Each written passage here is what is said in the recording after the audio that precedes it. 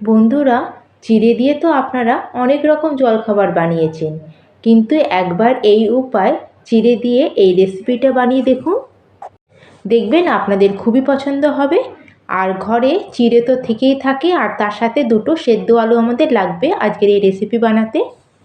তাহলে চলুন বন্ধুরা, দেরি না করে শুরু করা যাক। আর আজকে যদি রেসিপিটা আপনাদের একটু ভালো লাগে, অবশ্যই কিন্তু একটা লাইক করে দেবেন। তাহলে চলুন বন্ধুরা, শুরু করা যাক আজকের রেসিপি। আর এই রেসিপি বানানোর জন্য এখানে আমি নিয়েছি 1 কাপ চিড়ে। আর চিড়েটা এখানে আমি মিডিয়াম থিকনেসের নিয়েছি।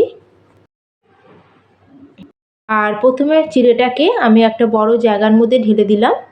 আর এখন আমরা চিড়েটাকে জল দিয়ে প্রায় 2 থেকে 3 বার ভালো করে ধুয়ে নেব, কারণ চিড়ের মধ্যে সাধারণত ডাস্ট আর ইমপিউরিটিস থেকে থাকে।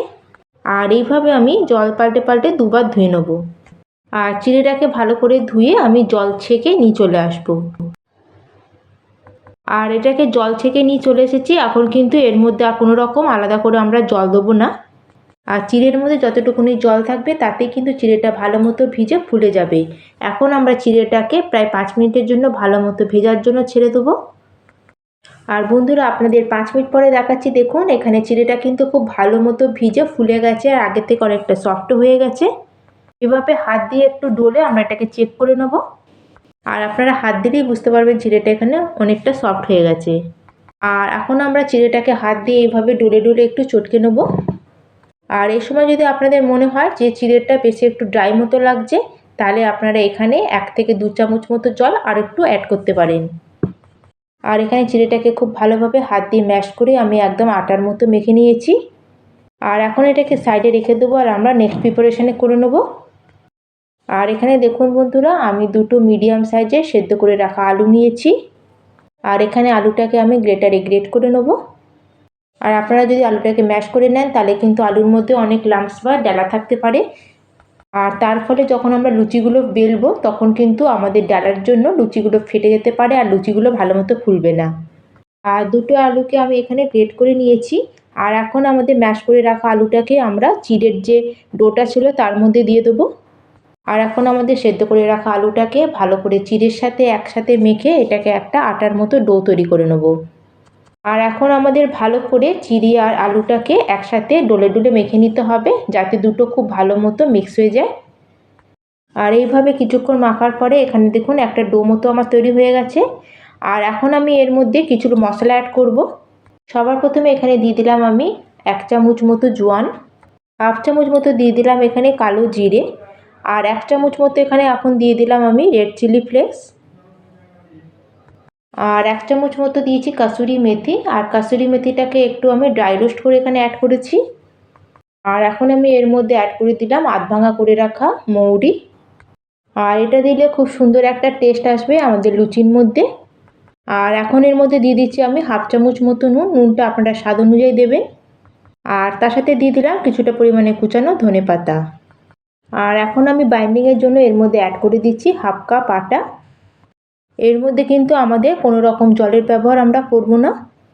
সব কিছুকে আমরা খুব ভালো করে প্রথমে মিশিয়ে নেব। তারপরে যদি মেশানোর পরে আমাদের প্রয়োজন মনে হয় যে কিছুটা আটা অ্যাড করতে হবে, তাহলে আপনারা সে বুঝে সামান্য আটা অ্যাড করতে পারেন। আর যেরকম আমরা রুটির জন্য ডো মাখি, তার থেকে কিন্তু আমাদের একটু শক্ত করে এই ডোটা মেখে নিতে হবে। আর এখানে আমাদের আলুর যে ময়েশ্চারটা আছে, তাতে কিন্তু আমাদের ডোটা রেডি হয়ে যাবে। এখানে কিন্তু আর এক্সট্রা কোনো আমাদের জলের দরকার পড়বে না। আর এই আটার ডোটা মাখার সময় আমি আরও 2 চামচ মতো আটা অ্যাড করেছিলাম, যাতে আমাদের আটাটা একটু টাইট মতো মাখা হয়। আর এখন এর উপর দিয়ে আমি দিয়ে দেবো সামান্য একটু তেল, 1 চামচ মতো। আর তেলটা দেওয়ার পরে আবার আমরা একবার ভালো করে এটাকে মেখে একটু চিকনা মতো করে নেব। আর এই দেখুন বন্ধুরা, এখানে আমাদের আটার ডোটা একদম রেডি হয়ে গেছে। আর এখন আমরা আটাটাকে ঢেকে প্রায় 5 মিনিটের জন্য রেস্টে রেখে দেবো, যাতে এটা ভালো মতো সেট হয়ে যায়। আর প্রায় 5 মিনিট মতো হয়ে গেছে, এটাকে আমি রেস্টে রেখেছিলাম। এখন কভার সরিয়ে আবার আটাটাকে আমরা ভালো করে হাত দিয়ে একটু মেখে নেব। আর এইভাবে যত ভালো করে আপনার আটাটা এখানে মেখে নিতে পারবেন, তত কিন্তু আমাদের লুচিগুলো একদম ফোলা ফোলা আর পারফেক্ট তৈরি হবে। আর ভালো করে মাখা হয়ে গেলে এখন আমরা হাতের মধ্যে একটু তেল লাগিয়ে নেব। আর আটা থেকে আমরা অল্প অল্প আটার ডো নিয়ে ছোট ছোট লেচির মতো বানিয়ে নেব। আর লুচিগুলো বেলার আগে আমরা চাকি বেলুনের মধ্যে তেল একটু ভালো করে লাগিয়ে নেব। আর লেচিগুলো এখন আমরা নিয়ে এক এক করে আমরা লুচির মতো বেলে নেব। আর খুব বেশি কিন্তু এগুলোকে আমরা পাতলা করে বেলবো না, আর একটু মোটা করেই আমাদের এটা বেলে নিতে হবে, কারণ আজকে আমরা চিড়ে আলু মশলা পুরি বানাচ্ছি। আর এইভাবে একটু মোটা করে বানালে সব মশলার একটা সুন্দর টেস্ট আসবে আমাদের লুচির মধ্যে, আর খেতেও খুব ভালো লাগবে। তাহলে এখন আমরা চলুন এক এক করে এগুলোকে ফ্রাই করে নেব। আর এদিকে আমি গ্যাসে একটা কড়াইতে কিছুটা পরিমাণে তেল লুচিগুলো ভাজার জন্য আগে থেকে গরম হতে বসিয়ে দিয়েছিলাম। আর এখানে তেলটা খুব ভালো মতো গরম হয়ে গেছে। আর আমাদের লুচিগুলো ফোলার জন্য তেলটা কিন্তু খুব ভালো মতো গরম থাকার দরকার। আর লুচিগুলো তেলের মধ্যে দেওয়ার পরে যখন লুচিগুলো তেলের উপরে ভেসে আসবে তখন হালকা আমরা ছান্তা দিয়ে একটু উপরে প্রেস করব, এতে আমাদের লুচিগুলো খুব সুন্দর ফুলে উঠবে।